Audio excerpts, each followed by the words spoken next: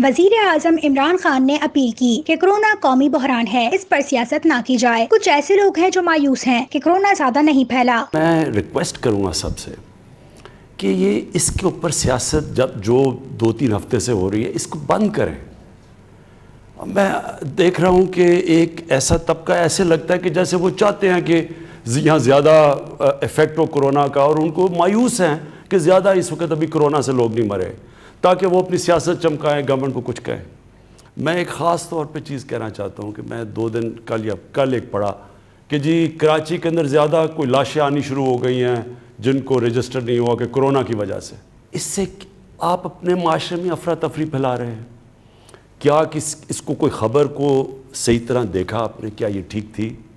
کیا اس سے زیادہ خوف پھیلے گا معاشرے میں؟ خوف کی وجہ سے لوگ اور وہ حرکتیں کریں جس سے مزید اور نقصان ہو سکتا ہے۔ کرونا کی وجہ سے لوگ مرے اور ان کا پتہ ہی نہیں، اور گورنمنٹ چھپا رہی ہے۔ مطلب اس کا یہ کہ گورنمنٹ یہ اصل کتنے لوگ مرے ہم چھپا رہے ہیں۔ وہ کون سی بیوقوف گورنمنٹ ہوگی کہ جو کرونا کے کیسز چھپائے؟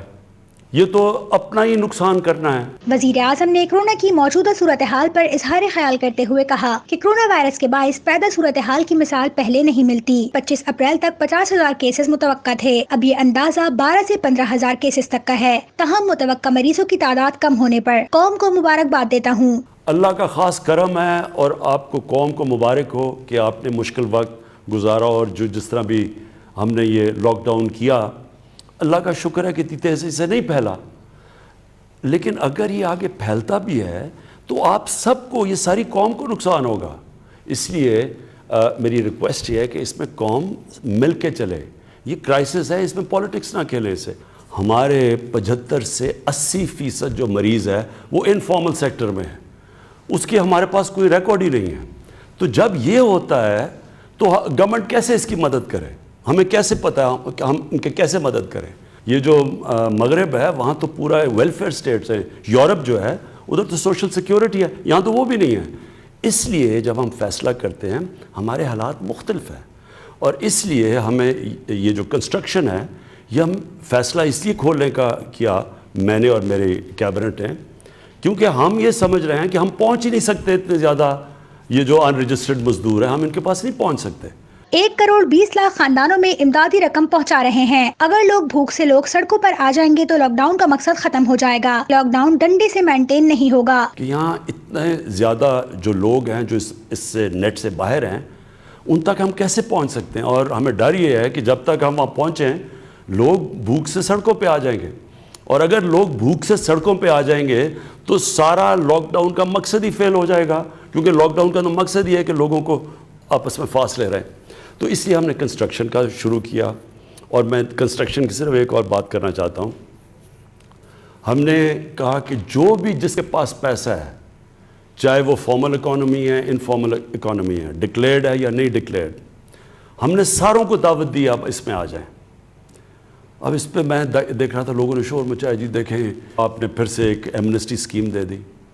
یہ ایمنسٹی کی بات نہیں ہے، میں آپ کو سیدھی بتا رہا ہوں کہ امریکہ کا 30 کروڑ ان کی عوام ہے، اور انہوں نے 2,000 ارب ڈالر کا سٹیمولس پیکج دیا۔ پاکستان کی 22 کروڑ عوام کا سارا سٹیمولس پیکج ہے 8 ارب ڈالر۔ اب ہمارے پاس تو وہ وسائل نہیں ہیں جو امریکہ کے پاس ہے۔ اینکرز، علماء اور دیگر عوام کو بتائیں لاک ڈاؤن سب کی بھلائی کے لیے ہے۔ میں صرف اپنی پولیس سے کہنا چاہتا ہوں، دیکھیں یہ میں نے 2-3 سوشل میڈیا پہ چیزیں دیکھی ہیں کہ لاک ڈاؤن جو لوگ توڑ رہے ہیں ان کو ڈنڈے مارے جا رہے ہیں۔ میں اپنی پولیس سے کہنا چاہتا ہوں کہ مجھے پتہ ہے کہ آپ کے اوپر پریشر ہے کہ لاک ڈاؤن مینٹین رکھیں، لیکن دیکھیں یہ لاک ڈاؤن ڈنڈے سے مینٹین نہیں ہوگا۔ یہ لاک ڈاؤن تب کامیاب ہوگا جب ہمارے شہری خود سمجھیں گے کہ ان کی ذمہ داری ہے، کیونکہ ان کے بھلے کے لیے ہے۔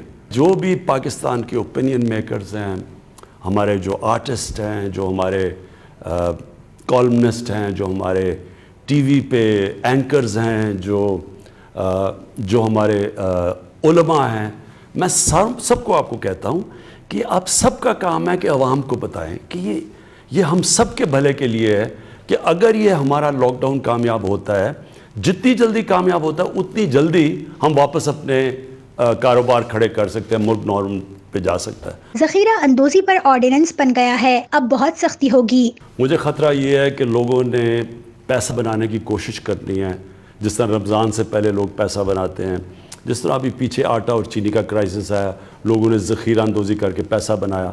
جو بھی پیسہ بنانے کی کوشش کرے گا ذخیرہ اندوزی کر کے، یہ پہلی دفعہ گورنمنٹ بہت سختی کرے گی۔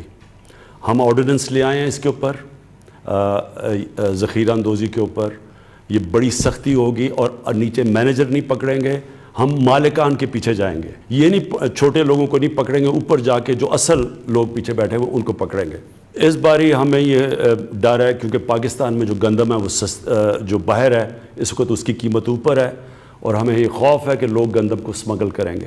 وہ سختی اب کی جائے گی سمگلرز کے خلاف جو کبھی پہلے نہیں کی گئی، کیونکہ ہم نے کسی صورت قیمتیں بڑھنے نہیں دینی، کیونکہ اس کا سب سے نقصان اس ملک میں غریب پہ پہنچے گا۔ کرونا کے باعث لاک ڈاؤن سے زیادہ اثر اوورسیز پاکستانیوں پر پڑا۔ جب ہم کوارڈینیشن سے سب کچھ کرتے ہیں تو یہ کیا ضرورت ہے کہ ایک طرف سارے مان جاتے ہیں کہ ہاں جی ٹھیک ہے، کنسنسس سے فیصلہ ہو جاتا ہے، اس کے بعد ان کی جماعت کے کوئی لیڈر کوئی اور سٹیٹمنٹ دے دیتے ہیں۔ میری ریکویسٹ یہ ہے کہ اس میں قوم مل کے چلے، یہ کرائسس ہے، اس میں پالیٹکس نہ کھیلے اسے۔ ہمیں بہت احساس ہے، ایک دم جیسی لاک ڈاؤن ہوا، جس طرح اور چیزیں متاثر ہوئی، سب سے بڑا امپیکٹ اوورسیز پاکستانیز پہ پڑا۔ وہ ہمارے وہ محنت کش بیچارے جو مزدور، جو ڈرائیورز میں، جو سعودی عربیہ میں، جو ساری کئی باہر پھنس گئے، میں صرف آپ کو یہ کہنا چاہتا ہوں کہ یہ اپنے ذہن سے نکال دیں کہ ہم بھول گئے آپ کو، یا ہم نے آپ کی فکر نہیں کی۔